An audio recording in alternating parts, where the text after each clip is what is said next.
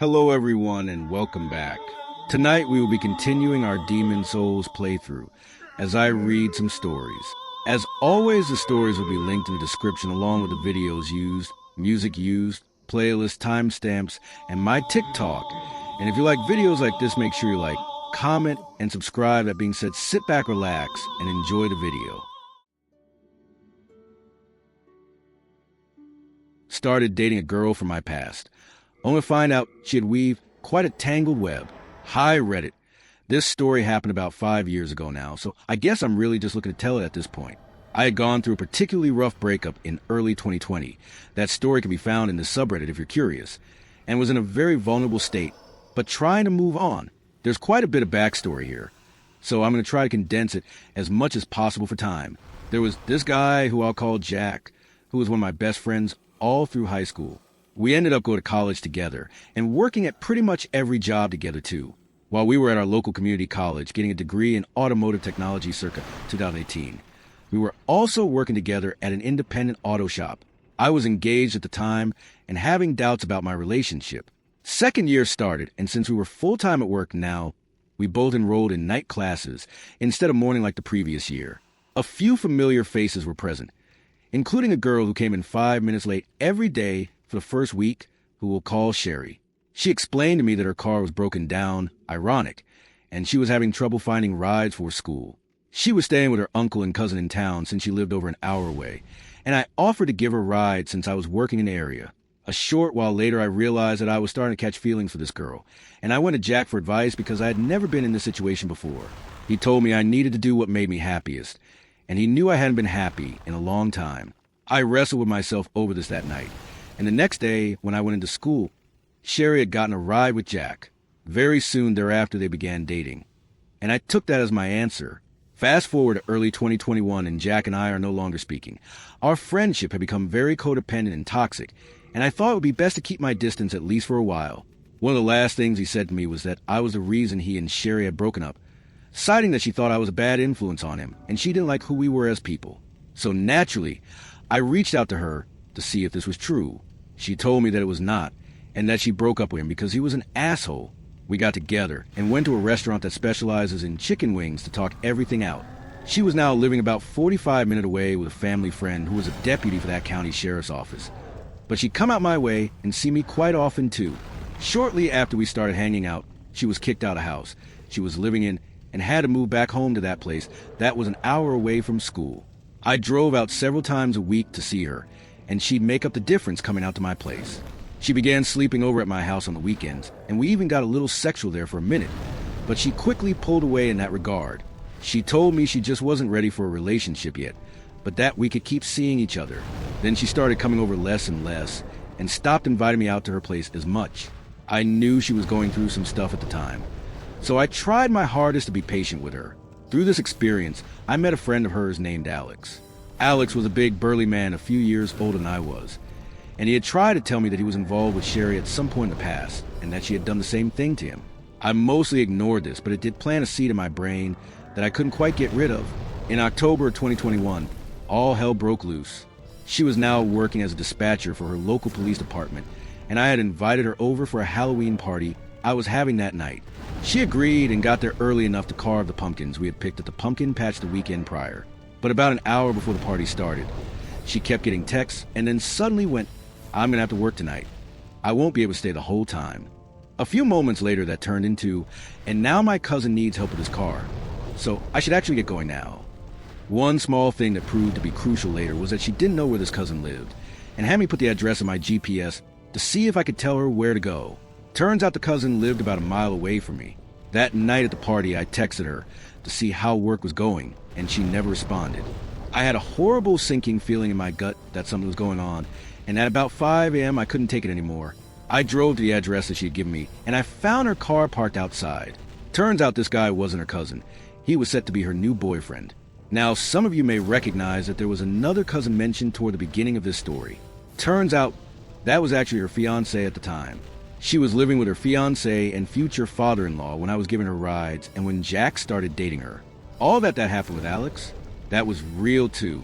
Alex and Jack dated her at the same time, and neither was the wiser. She'd spend the day with Jack out by where I live, and then stop at Alex's house on the way home to spend the night.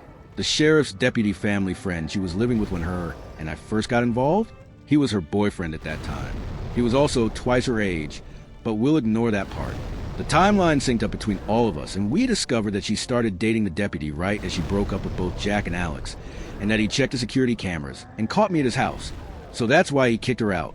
After the breakup I had the year prior, going through this was almost too much for me. The day that I found out she went Facebook official with this new guy, I admitted myself to a psychiatric unit at a local hospital for help. My previous experience left me with PTSD, and this had now been upgraded to CPTSD. They discharged me with 7 prescriptions and a new therapist and psychiatrist. I love to sing, and I have a studio in my house.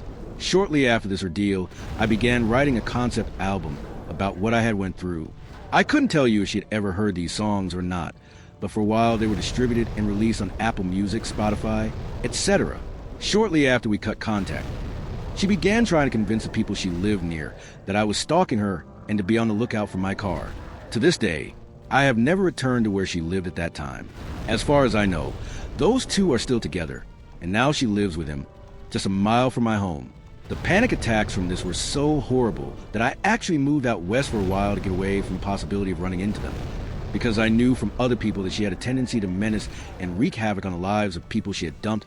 But it doesn't bother me anymore. I am now happily married to someone who went through something similar, and her and I are a match made in heaven. It took me forever to really find who I was and the people that mattered in my life, but I'm so glad I stuck around to see things improve.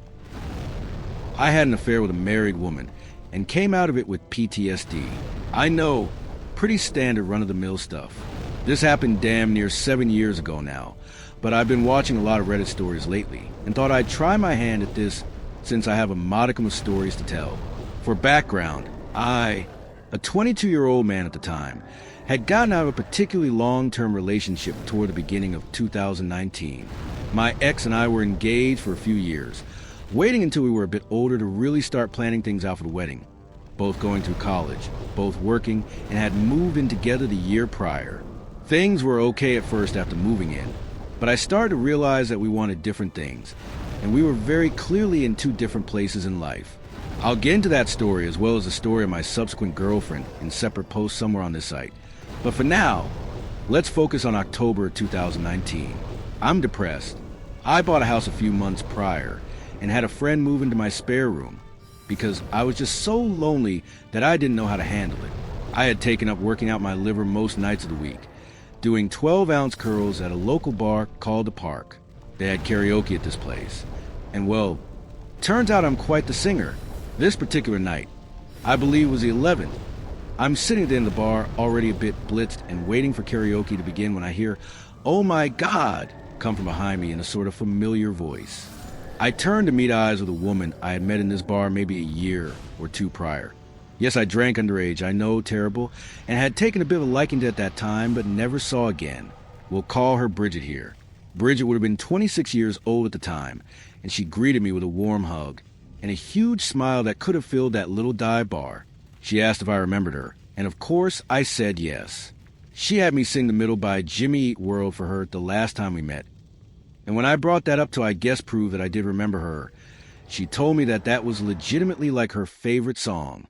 What followed were hours upon hours of deep conversation that flowed from the bar to the tables, to the smoking area, and back again, stopping only when one of us was up to sing. Turns out, we had quite a bit in common, and I already felt myself sort of falling for her. There was just one problem. She was married. When she told me this, I was understandably crushed. But she was such a unique person that I felt confident we could be friends and very much wanted to do so, because having her in my life in any capacity would be worth it. She gave me her phone number as friends, and we went our separate ways after closing down the bar and having an additional half-hour conversation outside in the parking lot once we got kicked out. The next day, that whole, "Your new contact, Bridget, is on Snapchat," notification popped up while I was at work, and I went ahead and added her. She added me back almost immediately, and we began talking. The first couple days or so, we talked about everything under the sun. I told her about all my recent traumas, my job, the 2 exes I mentioned above. She told me about her husband and daughter. I think she was 7 or 8 at this time. What she did for work, etc. Toward the end of that first week, though, she was messaging me late at night, and the conversation turned. We were having one of our trademark deep discussions. I was at a Halloween party. She was at home. Out of nowhere, she texted me. "I have something I want to say to you, but I don't think I should." I told her in that case we'd play a guessing game for me to try to figure it out. Eventually, once I figured out what she was trying to tell me without actually telling me, I said, "Well, in that case, I love you too." And she responded simply with, "Fuck." Over the next few months, I fell completely head over heels for this woman. I began visiting her at work on Fridays when she was there by herself.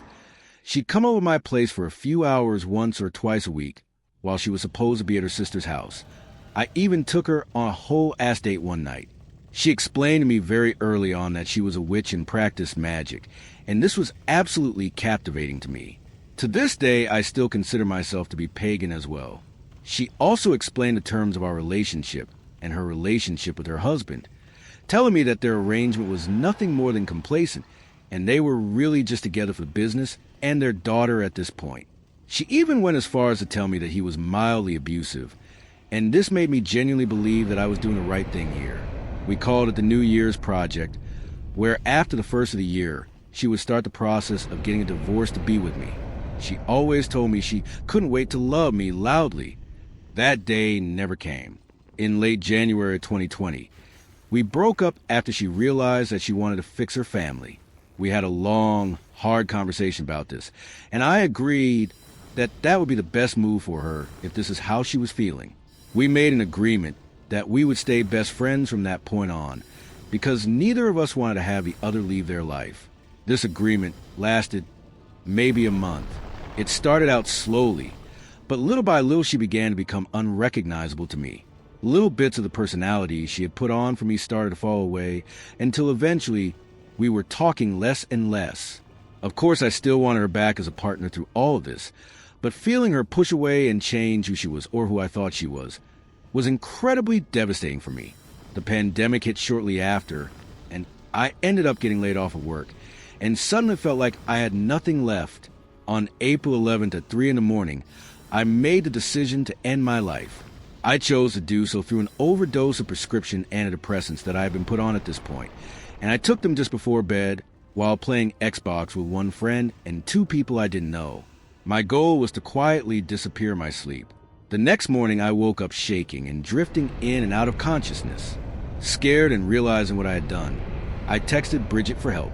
Keep in mind though, I didn't tell her the circumstances, and to this day, I still don't think she knows what happened. All I said was I thought I was having a seizure, and her response was, "Well, don't die, I guess." 2 or 3 days prior, I had written a short poem and posted it to Facebook. The theme of this was coffee and how I had made some for the first time since the last time she was over. She hated that. She chose that moment to bring it up and told me, "You don't get to decide how I feel about all of this. You don't know what I'm going through." So I told her I would give her some space and she could come back and talk to me about everything when she was ready. A week passed, then 2, then months had passed. After 6 months, now a year since we first connected, I reached out to her and received no response. Then I texted again and realized that I had been blocked. This period of time and the year that followed were one of the hardest of my life. When I returned to work, I saw a car that looked like hers on my commute in and almost crashed my car. I freaked out so bad. My therapist concluded that my time with Bridget had caused me to develop PTSD. I believe she worked some sort of dark magic on me to make me pay for what I did. Here's the kicker. While we were together, she had convinced me that we were connected on such a deep level that it would have been impossible for us to be separated. She found an article about a concept called twin flames and sent it to me saying it sounded just like us. For those of you who aren't privy, a twin flame is basically if your own soul had been split in half and put into 2 different bodies. It's essentially a soulmate on crack. I know that about a week prior to my suicide attempt that she had performed a cord-cutting spell on me to get over me, and I felt the effects when this happened and later confirmed it with her. I don't know what other kind of magic she could have worked on me after the fact, but I do know that for a very long time afterward, I struggled in almost every aspect of life. I know now that I was probably just a bit of fun for her at the time, And looking back, I'm glad that it happened because it really taught me a lot. I think it's abhorrent to love bomb someone as hard as she did just for a bit of sex and the thrill of sneaking around. But I'm not mad at her anymore. Somewhere around a year after my suicide attempt, I received a text from her husband who had somehow figured everything out at that point. And he said they were going to work through it. I have no idea how he found out, but I'd have to assume it was eating her alive, and she told him. It was certainly eating away at me. That was when I think I finally got at least part of closure I needed and was able to truly start to move on, though bits of what happened still haunt me. I don't know if they're still together or not, but I hope they are, and I hope they're happy. Bridget, if somehow you find this post, I'm sorry for how I acted toward the end, and I want you to know that I'm not upset with you anymore. You were a very important person in my life for a short while, and getting over you was one of the hardest things I ever went through, but I'll never regret that any of it happened. I am married now to someone who suits me very well, and my life has turned out better than I could have hoped. It's always a journey rather than the destination, and I'm glad that you were a part of mine. I do hope that I never run into you in public again, but I also hope you're doing well. TLDR, I had an affair with a married woman, and all I got was this lousy PTSD, though I did eventually rehabilitate and move on. The creepiest thing that ever happened to me, this was a year or two ago. My ex and I would stay in a shady hotel in Naperville, Illinois. It was cheap, not that dirty and quiet. I really didn't think much about it. It wasn't a bad area and didn't give weird vibes. The reviews say otherwise, but we never had any experiences till this story. Plus, never looked at the reviews till after this happened. We got there pretty late, probably around midnight, and no one was at the counter. We've always checked in that late. We kept ringing the bell and calling. No answer. I was ready to jump the counter and go see till this guy came in. He was wearing shorts and a camo sweater that was more of a windbreaker material. It was June or July in the Midwest, hot and humid all day. Personally, I think it's even more muggy at night. He looked greasy and his eyes were wide and dark, like shark eyes. He told us that he'd been trying to check in too, but no one was there. My ex is still trying to call, and he's just talking to us about not being able to check in. I immediately got weird vibes, but maybe he's just a weirdo who really can't check in. He's helping us figure out what's going on. He's yelling, "Hey, is someone back there? We need help." Eventually, my ex gets mad enough we just leave and go get some food. As we're walking out, I tell her we need to watch out for him. Immediate feelings of something's off. He just had a weird look in his eyes, and his smile creeped me out, and the way he was talking to us. You know when someone is smiling, but kind of not at the same time. I kind of played it off as he's probably high. His eyes were wide, full and glassy, greasy, kind of checks all the boxes. We go get food, and then sit in the car for a while calling. No answer. We go back and try again, but again no one is there. Same guy comes in behind us, almost immediately. The first time he came in a few minutes after us, but this time it was almost immediately. The same conversation goes on, and the same shit of him trying to find the person. You know when someone is helping, but they're just acting like they're helping. He keeps saying how he's been trying to check in forever, and no one is here. I tell my ex we should go, so we sit in the car while she calls again. Honestly, I don't know why she's trying so many times, but I'm not about to tell her to quit when she's mad. And we're in the locked car. This time someone answers, but they don't say a word, just breathing in the phone. My ex still saying, "Hello, we're trying to check in," and they just keep breathing in the phone. Personally, hearing someone breathing in the phone with no word, "Yeah, I'm out of there." I think the next phone call she makes, or maybe the same one, someone answers. She's taking to them about checking in, then says, "So you work here, why wouldn't you check us in?" Immediately as she said that, I was ready to get the fuck out of there. I was asking if that was him, and we need to go. Soon as she hung up, I told her I'll drive us back home, which was 3-ish hours. We are not staying here ever again. I had the car in reverse by time she was hanging up. This time I didn't care if she was going to be mad. As we're backing out, he's walking toward my car. He was right there. If I waited just a little more, I would have ran him over. I hit the gas out of there. What the fuck just happened? From the time my ex hung up to us pulling out, he was already booking it to my car. He was moving hella quick, and I wish I backed into him now. I can't explain the feeling going through my body. He's seen us come the first time. Let us stand there for a while, then came in pretending he didn't work there. We leave and come back, and he comes in right behind us, doing the same shit. So he was clearly watching us, knew what car I drove, and where I parked. We never seen him outside, so I don't know if he was hiding or what. Then he starts answering the phone, but not saying a word, just breathing. I never asked my ex what he said on the phone. I really should have. I was more concerned that she wasn't as concerned as I was. Who knows what the fuck he wanted with us? The look in his eyes was crazy, dead but excited. I don't even know how to describe it. He was going to assault us or kill us. What's the most disturbing to me is that he was playing with us, fully enjoying himself, pretending he was helping us, and didn't know what was going on.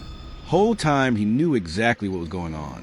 I had immediate vibes about him, but honestly he was good. I have good intuition, but I don't always listen to it. And I'm a people pleaser. Not to sound rude, but anyone dumb or clueless would easily been tricked. Now I've learned to listen to myself, whether someone's going to be mad or not. My ex was mad we wasted our money, and she's rich. Bro, what? I can't believe I let us go back in after feeling what I felt, but I'm 25 now, and a year or two ago, I was an idiot that would follow anything she did, so she wanted mad at me. Thinking about it all now is just so different. It was actually crazy as fuck. We left reviews, and I read one that involved a girl. My ex and I are gay, so both women. A parent left a review involving their daughter. A guy working had been creepy with her, and she left the hotel at one point. Maybe to go to the car. Not sure, they didn't say. But the dude locked her out of the hotel. I don't know if he was still in there or outside with her, but he locked her out for some reason. They left immediately after that and called the cops. I don't know, but that has to be the same dude. There's no way.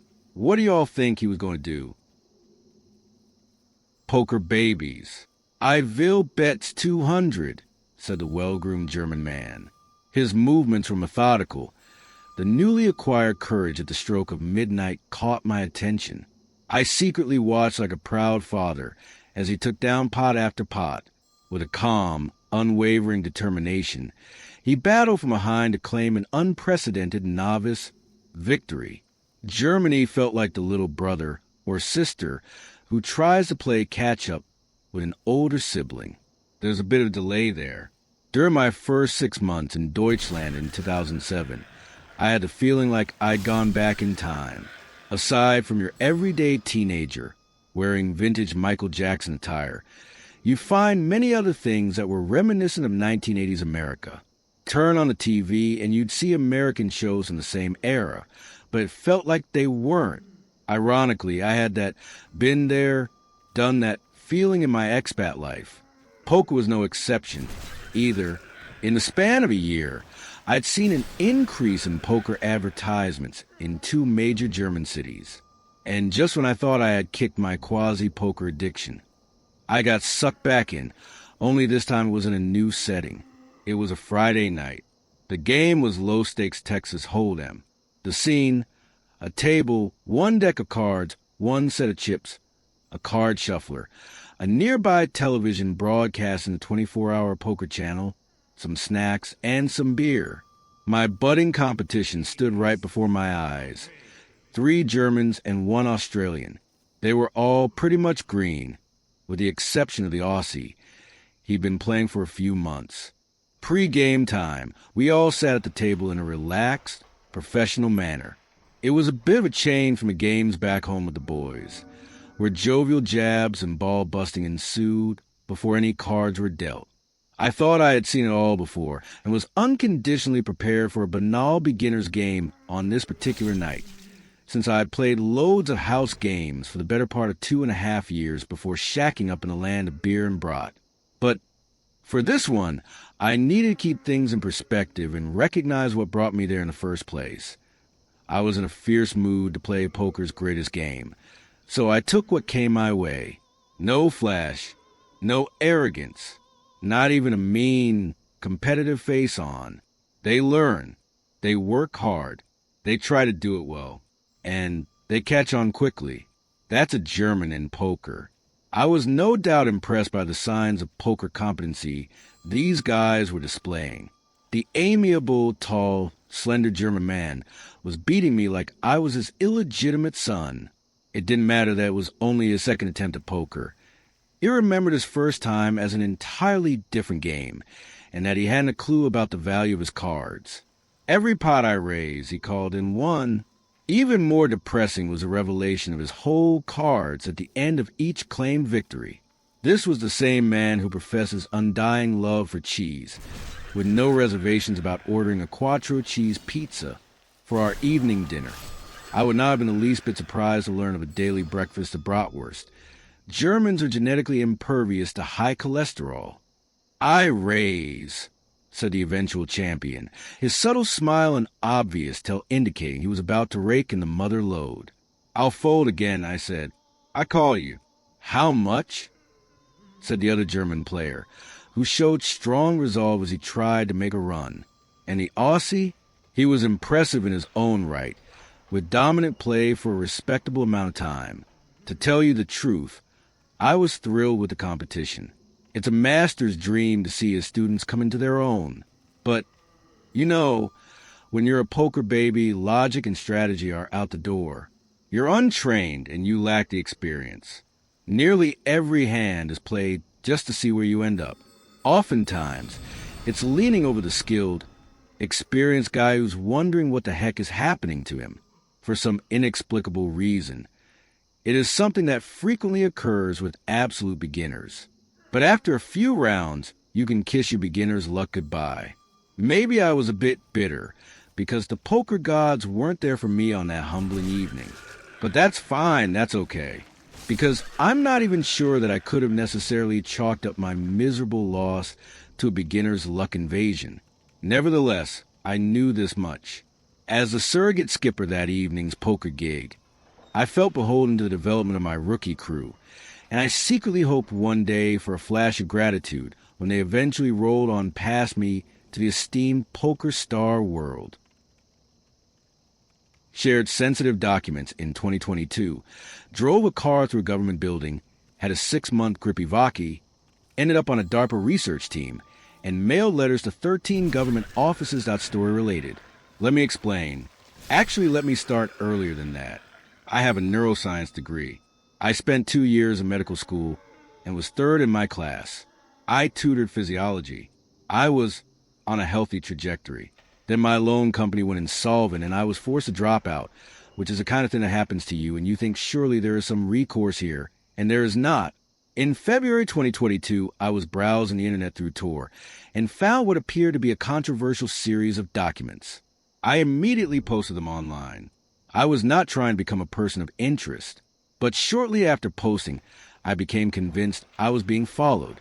Now that most of the documents are public, you'll never really know if I was. Feeling unsafe in the community and operating on the logic that jail was probably safer than wherever I was, I drove my beater through the glass wall of what I later found out was a government-owned building, then scooted across town with my bumper hanging off and surrendered myself to the county police department.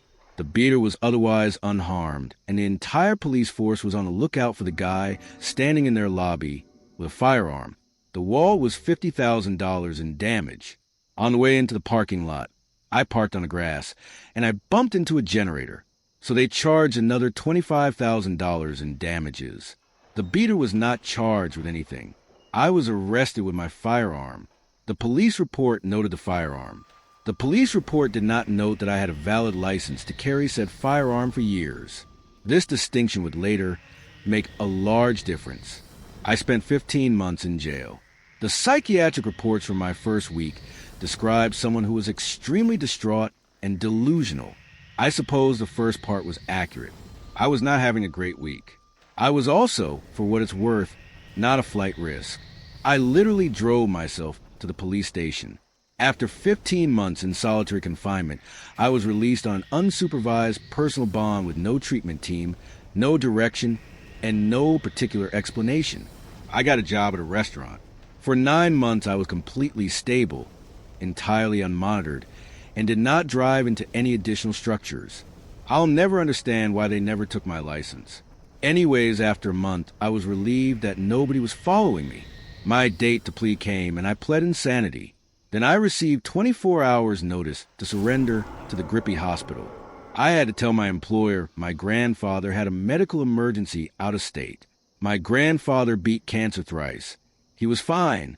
I surrendered on time. I spent 6 months at Grippy where they initially deemed me a compliance risk and gave me involuntary injections. We watched like 28 seasons of South Park. I learned card games and drew pictures. Then they made me president of the unit for good behavior and released me. The criteria for both of these outcomes were never fully explained to me. I was diagnosed with unspecified bipolar disorder. I have been completely stable for 3.5 years since the original incident. I have complied with every requirement of my court-ordered outpatient Grippy oversight, without exception. I have not been on tour. Now here is the interesting part. My treatment costs $5,000 per month. Medicaid gets billed for it. My psychiatrist has told me I can't return to full-time work because I would lose Medicaid eligibility. The medication they give me costs $2,000 per month before Medicaid picks it up. The constant case worker appointments cost Medicaid $40K/year. Nobody can afford that, and taxpayers are paying for that. The alternative drugs cause me to produce milk, and it does not bring all the boys to the yard. And I'm a boy. I discovered this while receiving injections. At the same time, 20 HR/WK Medicaid work requirements are being reinstated this year, which means if I don't work enough hours, I lose coverage. If I work too many hours, I lose coverage. If I lose coverage, I cannot afford treatment. If I cannot afford treatment, I will be reinstitutionalized. Institutionalization costs Medicaid $80K/year, and they are making society pay for it. I have been advised by every person involved in my case, from the caseworkers to the care team, psychiatrist, DHS worker, and multiple case managers, that there is no solution available under current rules. I have been told not to worry about it until the requirements take effect. My employer has been cutting my hours because I am not as openly available for scheduling as other employees, which is because I am not allowed to work full-time. So I had to file for partial unemployment. This triggered an audit going back to 2025. Now I'm currently completing a full financial audit. Meanwhile, my NGRI charges still appear on every background check, despite being told before my plea that they will be removed. The private attorney informed my mother and her fiancé that pleading NGRI would result in full record suppression. Then he requested an additional $10,000. We could not afford it. We got a public defender instead, who got me released on bond immediately for free. The original attorney's attack strategy had been for me to sit in solitary for 16 months until they were forced to drop the charges. This cost the state $60K. I had already paid the attorney $5K before learning this. The record was never suppressed. I have had job offers rescinded from Amazon, a major mortgage company, and food delivery services. The beater, and my weapons still have a clean record. I still work at the restaurant on weekends. But during my weekdays for the last 2 years, I've worked toward joining a team submitting a proposal to a federal defense research program. Over the past 2 years, I taught myself Python and C++. I developed a computational framework for governing the reasoning processes of AI systems. I was invited to a DoD seminar, registered through my sole proprietorship, submitted a teaming profile, and joined a proposal team. The team's written valuation of my contribution is $344,000 at $200 per hour. The sole proprietorship was originally formed to sell exotic hot pepper seeds on Etsy. I have sold 2 packs of pepper seeds. I have a federal EIN. The Pepper Seed Company and the Defense Research Entity are the same company. This is not likely to be reconciled in the near future. The state is currently spending over $100,000 per year overseeing someone who has been stable for 3.5 years, cannot legally work full-time, is contributing to a federal defense research proposal, and is moonlighting busing tables. And nobody even has a clue. The total cost of the state over 5 years of prosecution, incarceration, forensic evaluation, and ongoing oversight is approaching $1 million. The original damage was a glass wall and a paint scuff on a generator. Combined cost $75,000. They sold the precious beater, and probably my gun too. I have attempted to resolve this through my caseworker, care team, forensic psychiatrist, DHHS worker, case manager, case manager's DHHS worker, and disability rights. Everyone understands the situation. Nobody has a solution. I have been told to wait. I have tried lawyers. Nobody will take it. There is no damages that make it worth their time. Nobody is technically violating any laws. So today I mailed physical letters to 13 offices: the governor, state senators, federal senators, the attorney general, health and human services, civil rights, county government.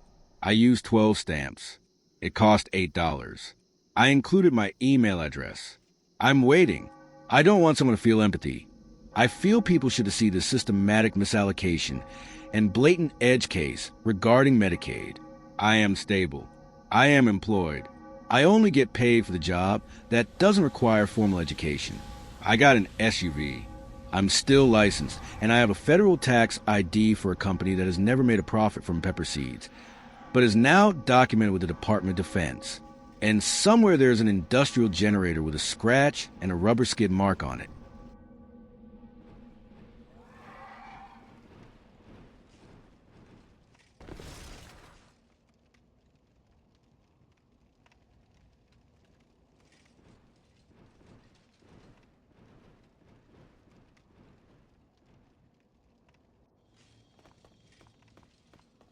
All right, everyone, that's all of the stories for tonight.